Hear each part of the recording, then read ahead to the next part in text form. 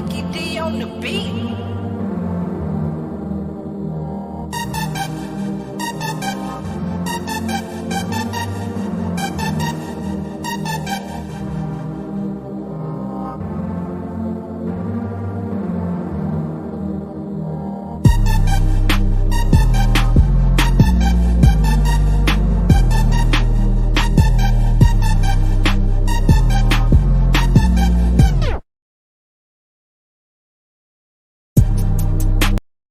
Hey, what's happening, guys? Good evening, and welcome to another episode of the MMA Breakdowns channel.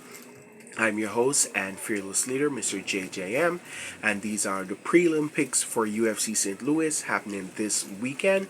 Yes, I will be doing it in two parts, the prelim picks and then the main card picks. And I will be dropping the main card picks in about 45 minutes or so. So keep your eyes peeled on that. I will be begging a pardon tonight because I am suffering from the flu. That's why my predictions are late. And, if I stumble a bit or if I mumble, just know that the cold has got me bad. I would like to give a quick shout out to all of my channel subscribers. If you haven't subbed, what are you waiting for? Hit that subscribe button, hit that post notification bell, comment and like down below. Also note, quick disclaimer, the show is for strict entertainment purposes and should not be viewed as financial or betting advice. So if you are going to bet, please do your own research and bet responsibly. And without further ado, let's get into the prelim picks for UFC St. Louis. Our first fight of the evening is JJ Aldrich versus Veronica Hardy. Where do I start? I'm picking Veronica Hardy to get a decision win. Now, this card is low-key nice because any card that gives you issue to pick a side on at least 4 fights or more, you're in for a good card. Well, we'll see. But they're out of the Apex, which is good. They're in the big cage. They're in St. Louis. They're with crowds. I think they're going to put on a show. In terms of this female fight, it's a female's fight. I don't think it's going to be that exciting. Looking at both of their styles, Veronica Hardy, we know what we're going to get with her. Striking, some good defensive grappling as well. Good submission game. And then JJ Aldrich, we're going to have heavy wrestling pressure, takedowns, judo throws and trips, that sort of stuff, right? But I think what is going to play against JJ Aldrich is that Veronica Hardy, she's going to stuff the takedowns, touch her up on the feet, and cruise her way 2 rounds out of 3 to a decision on the judges' scorecards. Looking at odds for this fight, JJ Aldrich a minus 125 favorite, with Veronica Hardy being a plus 350 underdog. Give me the underdog. Give me Veronica Hardy, and I say she gets it done by decision to start out the evening. Next fight on the prelims, we have Jared Gooden versus Kevin Jousset.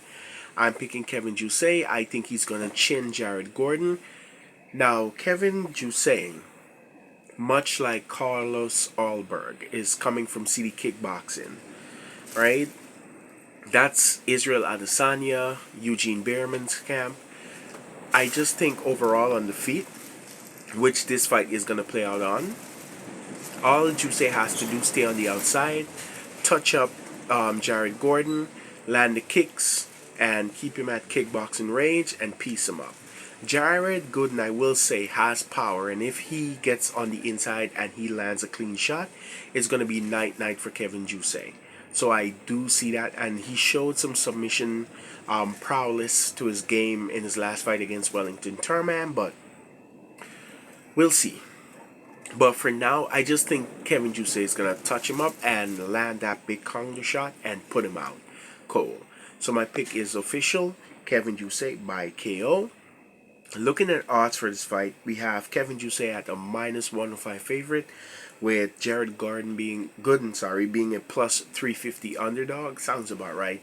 I think Kevin Jousset is just better on the feet, slicker, and he's going to avoid the big shot and land a counter shot of his own and put Gooden out. So give me Kevin Jousset, give me KO. Next fight on the card, We have Charles Johnson versus Jake Hadley. I'm picking Charles Johnson because I'm not impressed by Jake Hadley. I've never picked him in any of his UFC fights, although I've won one with him and I've lost. No, actually, I won one and I lost one. The last fight he was in, I picked against him and I won that. And the fight before that, I picked with him and I lost that, I believe. Right? Yeah, I believe so, yeah. But I know the pick against him, I won, and the pick with him, I lost, which was totally annoying. To me, Jake Hadley is mid, man. Right? I don't see him giving Johnson, who's a veteran, coming off a big win against Azat Maxim, where he fought for his career. A striker who's long and rangy, good from the outside, good kickboxing range. I don't see Jake Hadley getting on the inside. I don't see him landing anything clean. And if possible, Charles Johnson can put him out, man. It is possible, right? But for now, I'll say Charles Johnson gets it done by decision. I just see him piecing up Jake Hadley and taking it on the judges' scorecard 29-28 for a decision. Looking at odds for this fight, Charles Johnson minus 125, with Jake Hadley being plus 150. To me, I think that is right. I just think that Charles Johnson is overall better than Jake Hadley, so I'm going to pick him by decision. So official pick, Charles Johnson, decision. I just think he's going to get it done.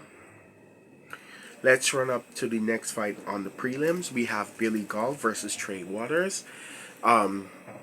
A lot of people sleeping on Trey Waters because he came in from one of these smaller promotions in a short notice fight against Josh Quinlan. He beat him up and everyone was saying, oh, Quinlan is not on steroids anymore.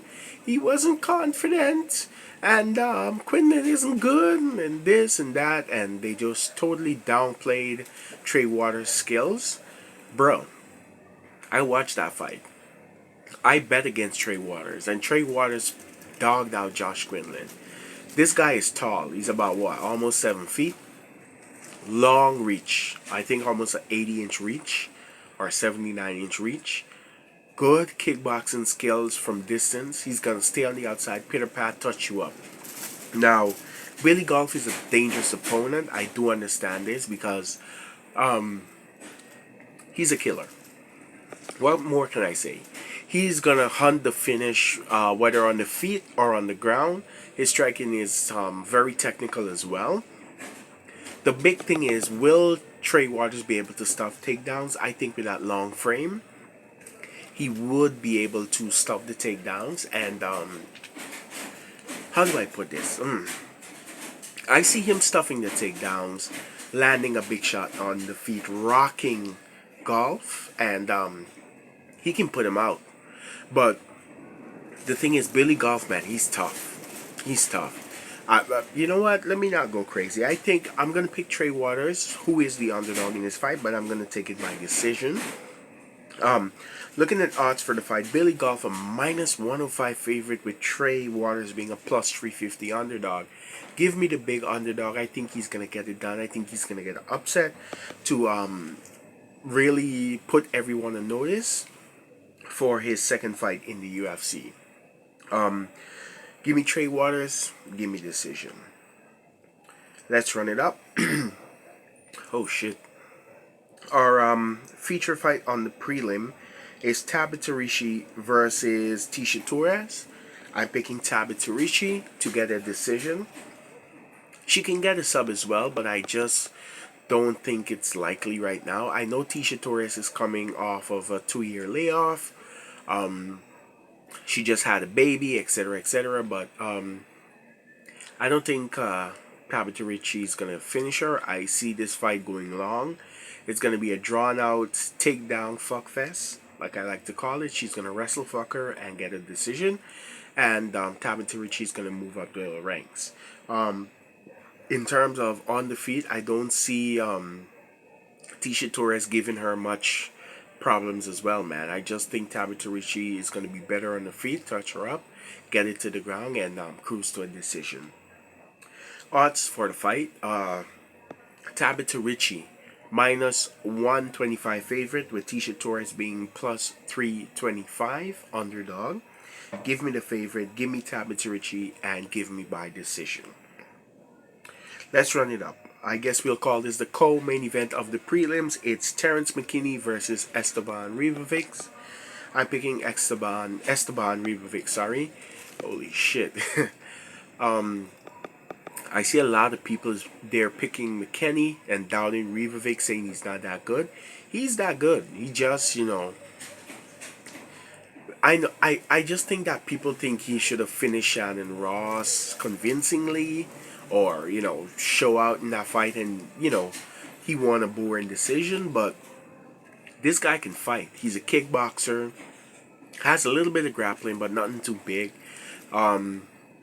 He could sub you on the ground, because I was watching tape with him. He is capable of that, and you never know, he can snatch a submission. But I see this fight playing out on the feet. Terrence McKinney, we know what we're going to get with him. Striking, dynamite. He's intense, man. Wrestling, top tier. Grappling, great BJJ. He can sub you from any angle, and I know what I'm getting myself into with this pick, but with Terrence McKinney, it's hit and miss. Is he going to show up as killer Terrence McKinney, or is he going to show up as that guy that just showed up for a paycheck and got KO'd or subbed? Terrence McKinney, because you don't know with him.